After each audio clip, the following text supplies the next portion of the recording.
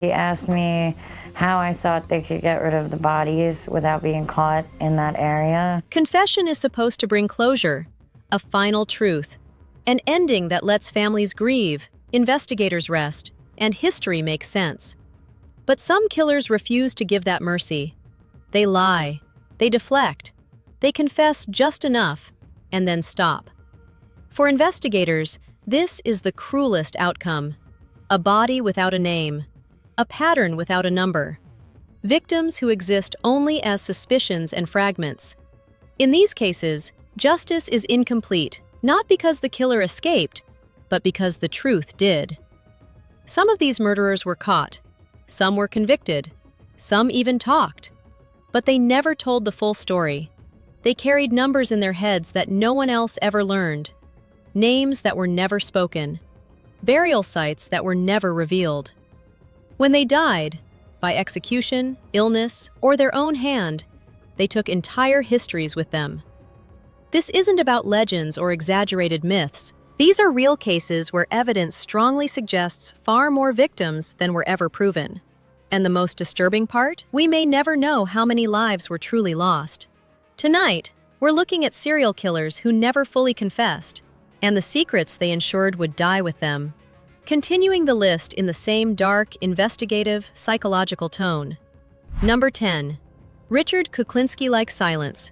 Richard, the Iceman, Kuklinski. Richard Kuklinski cultivated an image that was almost mythic. To neighbors, he was a quiet family man. To law enforcement, he eventually became one of the most chilling figures in American criminal history. Often compared to mob enforcers and contract killers, Kuklinski claimed he murdered dozens of people over decades while working for organized crime. The problem is, no one truly knows how many. Kuklinski openly admitted to killing multiple victims, sometimes casually, sometimes with disturbing pride. He described methods that ranged from shootings and stabbings to poisoning and freezing bodies to confuse time of death estimates, a detail that earned him the nickname, the Iceman. But investigators quickly realized something unsettling. His confessions were inconsistent. At times, Kuklinski exaggerated. At other times, he minimized. He confessed to murders where evidence existed, then hinted at many more he refused to describe in detail. He claimed to have killed more than 100 people, but law enforcement could only verify a fraction of those admissions. Detectives believed Kuklinski enjoyed controlling the narrative, offering just enough truth to maintain power over his interrogators. Crucially, Kuklinski refused to provide names, locations, or burial sites for many alleged victims. Families searching for missing loved ones were left without closure. Cold cases remained cold. Investigators were left guessing which confessions were real and which were fabrications meant to inflate his reputation. What made Kuklinski especially frustrating was his awareness of leverage. He understood that as long as he withheld details, he remained relevant. He granted interviews. He gave chilling soundbites. He hinted at deeper involvement with the mafia, including claims that he worked with notorious mob figures, while never offering enough verifiable information to expand prosecutions. When Kuklinski died in prison in 2006, he took that knowledge with him. No final confession, no comprehensive list, no answers for countless families, and that may be his final crime. Number 9. The Long Island Serial Killer, truth still on trial. For decades, the Long Island serial killer case haunted New York and the true crime world. Women, many of them sex workers, vanished over years. Their remains were eventually discovered along Gilgo Beach, wrapped, concealed, and scattered in a way that suggested planning and repetition. For years, there was no face to the horror. That changed in 2023 when authorities arrested Rex Heuermann, a Manhattan architect who had lived quietly in plain sight. Prosecutors charged him in connection with multiple murders, supported by DNA evidence, phone records, and digital data, placing him near victim disappearances. Yet, even with an arrest, the truth remains incomplete.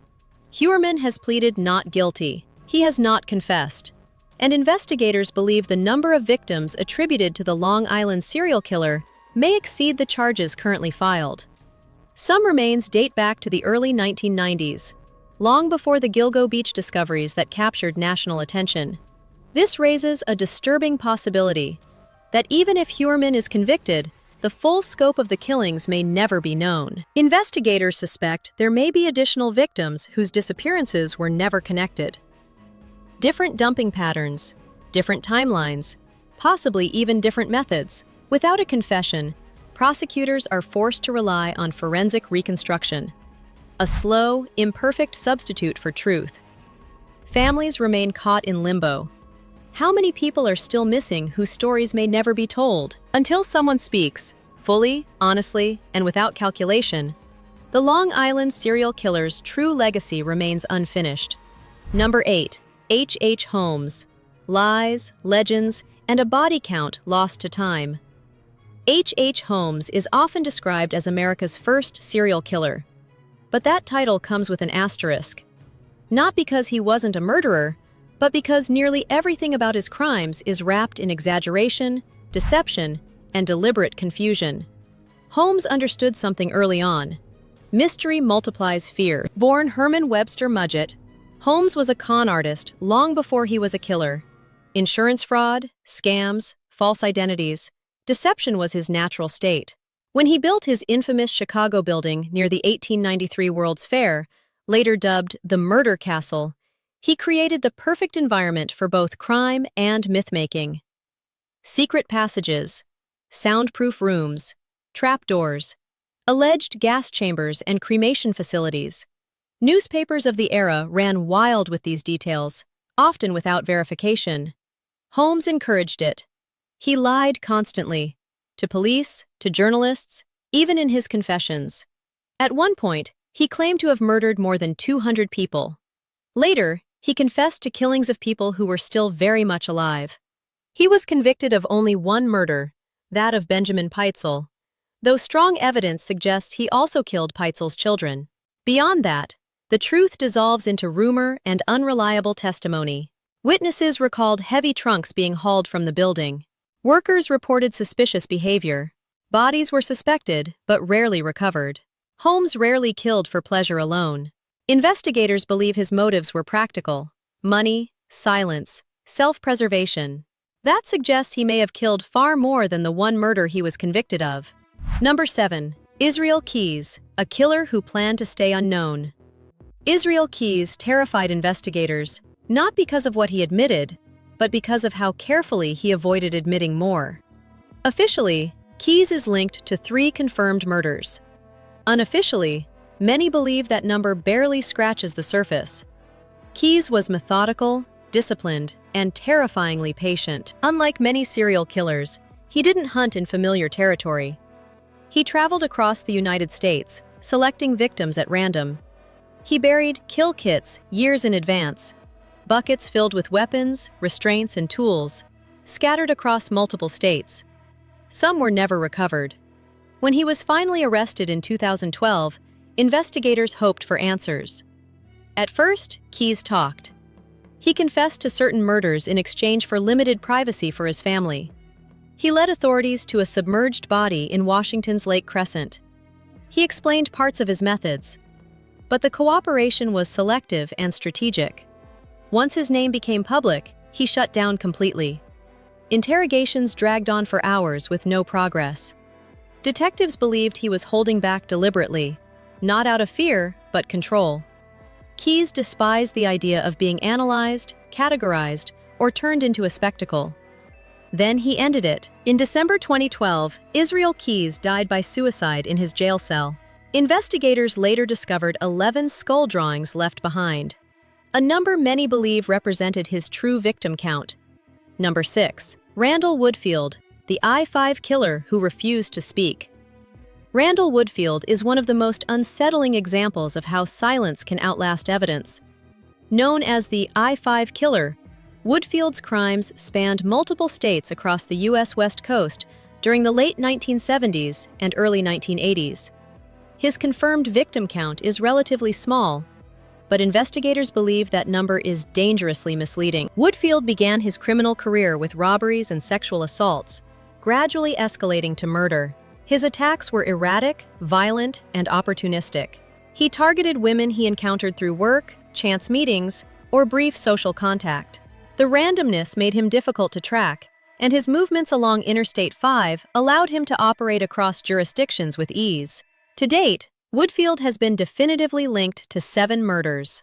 However, law enforcement suspects his true body count may exceed 30, possibly even 40 victims. Numerous unsolved murders and disappearances share striking similarities in method, geography, and timing. Despite this, Woodfield has never confessed. In fact, he has done the opposite. He has consistently denied involvement in murders where circumstantial and forensic evidence strongly suggest his guilt. He has rejected plea deals. He has refused cooperation, and he has shown no remorse. Survivors, investigators, and victims' families describe him as cold, manipulative, and entirely self-interested. One of the most infuriating aspects of Woodfield's case is how close investigators believe they are to answers, and yet how unreachable those answers remain. Number 5. Herb Baumeister. Suicide before answers. Herb Baumeister's crimes were horrifying, but what haunts investigators most is how close they came to answers before everything ended. Operating in Indiana during the 1980s and early 1990s, Baumeister preyed primarily on gay men, many of whom vanished after being seen with him at local bars. At first, the disappearances were treated as unrelated. Many victims were classified as runaways or assumed to have left town voluntarily. That assumption allowed Baumeister to continue killing unnoticed for years.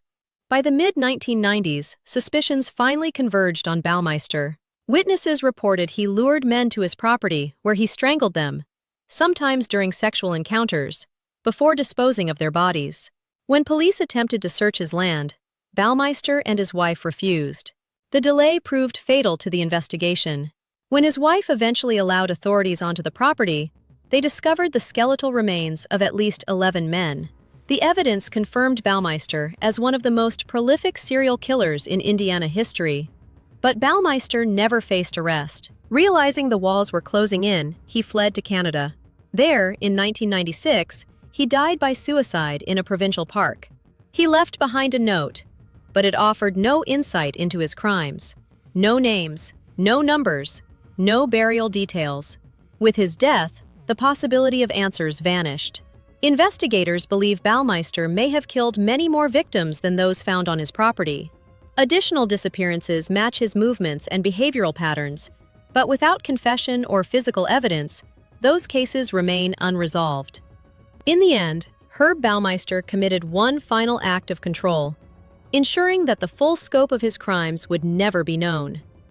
Number 4. Lonnie Franklin Jr. The grim sleeper and the secrets he refused to share. For more than 2 decades, Lonnie Franklin Jr. lived a double life so effective that even after his arrest, the full scope of his crimes remained uncertain. Known as the Grim Sleeper, Franklin earned his nickname because of an eerie pause in his killings, a long gap that allowed him to fade from suspicion while victims continued to disappear. Franklin's murders began in the mid-1980s in Los Angeles. His primary targets were black women, many of whom were sex workers or struggling with addiction. Victims whose disappearances were often overlooked or under-prioritized. After a string of killings, the murders appeared to stop. Years passed. Investigators believed the killer might be dead, imprisoned, or gone. Then, in the early 2000s, the murders started again. This stop-start pattern allowed Franklin to hide in plain sight. He lived with his family, worked steady jobs, and moved freely through the same neighborhoods where victims vanished. For years, police had no solid suspect. The break in the case came through one survivor. A woman named Anitra Washington escaped after being shot and left for dead. Her testimony kept the case alive long enough for forensic technology to catch up.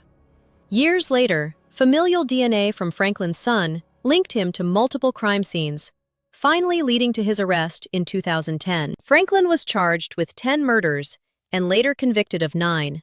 But investigators quickly realized the evidence suggested more. Disturbing photographs and videos were discovered in his possession. Images of women believed to be victims, some never identified. The materials implied killings that had never been officially connected to him. Franklin never confessed. Throughout the trial, he showed little emotion.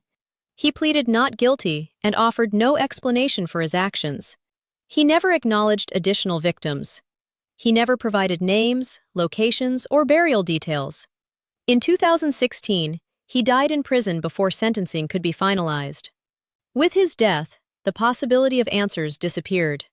Detectives believe Franklin may have killed far more people than he was convicted for. Families of missing women still wonder whether their loved ones were among his victims. Without confession or corroborating remains, those cases remain suspended in uncertainty. The Grim Sleeper's final cruelty wasn't murder. It was silence. Silence that erased identities. Silence that denied closure. Silence that allowed him to control the narrative until the very end. Number 3. Wayne Williams. Convictions that didn't end the debate.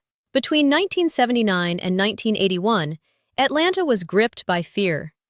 At least 28 children, teenagers, and young adults, most of them black, were murdered. The killing sparked one of the largest investigations in American history. When Wayne Williams was arrested, many hoped the nightmare was finally over. Instead, controversy began. Williams came under suspicion after police conducting surveillance on a bridge over the Chattahoochee River heard a splash. Minutes later, Williams was stopped driving away from the area.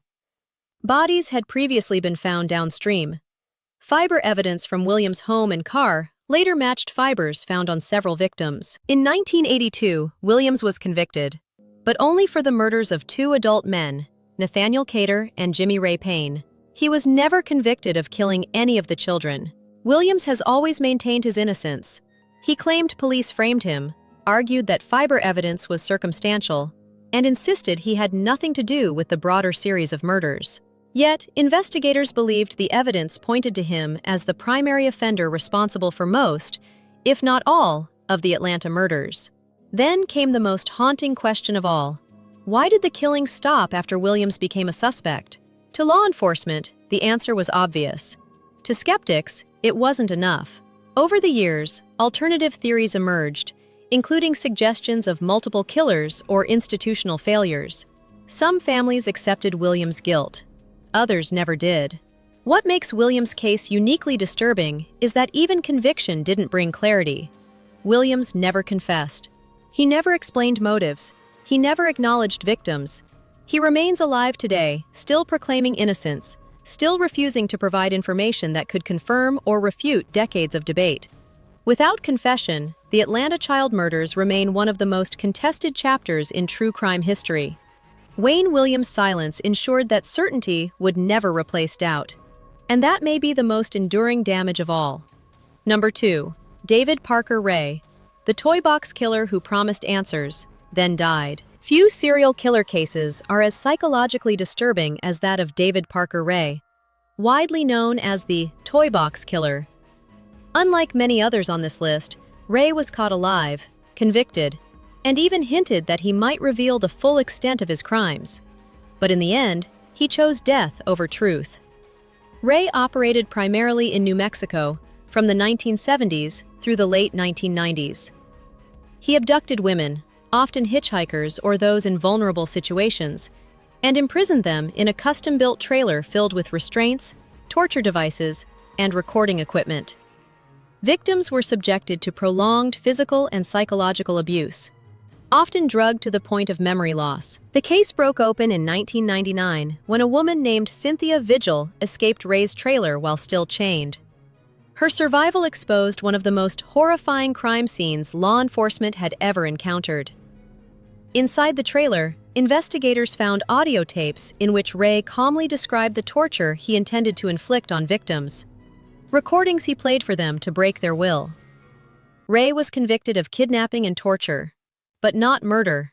Despite overwhelming circumstantial evidence, no bodies were ever recovered. This created a terrifying gap between what investigators believed and what they could prove. Based on survivor testimony, accomplice statements, and Ray's own writings, authorities suspected he may have killed as many as 60 victims. Ray's accomplice, Cindy Hendy, later described helping dispose of bodies. Ray himself even suggested he could lead police to burial sites. For investigators and families, it appeared that answers were finally within reach. Then, Ray died. In 2002, while in custody awaiting further proceedings, David Parker Ray suffered a fatal heart attack. He never led police to remains. Number 1. Dean Corll, the Candyman who took everything with him. Dean Corll's case is uniquely horrifying because of how abruptly it ended, and how much was lost as a result. Known as the Candyman due to his family's candy business, Corll operated in Houston, Texas between 1970 and 1973, committing some of the most brutal crimes in American history. With the help of teenage accomplices David Brooks and Elmer Wayne Henley, Corll kidnapped, tortured, sexually assaulted, and murdered young boys and men. Victims were lured with promises of parties, money, or drugs, then restrained to a torture board where Corll carried out prolonged abuse before killing them. Authorities later confirmed at least 28 victims, but that number is almost certainly incomplete. Many of Corll's victims were dismissed as runaways. Missing persons reports went unconnected. Families were ignored. Corll exploited that indifference expertly, killing for years without detection. The case only came to light in 1973, not because of police work, but because Corll planned to kill one of his accomplices. When Corll turned on Henley, Henley shot and killed him in self-defense. That moment ended the murders. It also ended the possibility of truth. Henley and Brooks led police to multiple burial sites, but even they admitted they didn't know how many victims there truly were. Corll controlled the killings. Corll chose disposal locations. Corll kept the count, and Corll was dead. No interrogation, no confession, no victim list. Investigators later suspected there could be more undiscovered burial sites, more victims never linked to Corll. But without his testimony, certainty was impossible. What makes Corll's case the most chilling on this list is finality. Unlike killers who refuse to talk, Corll never had the chance to.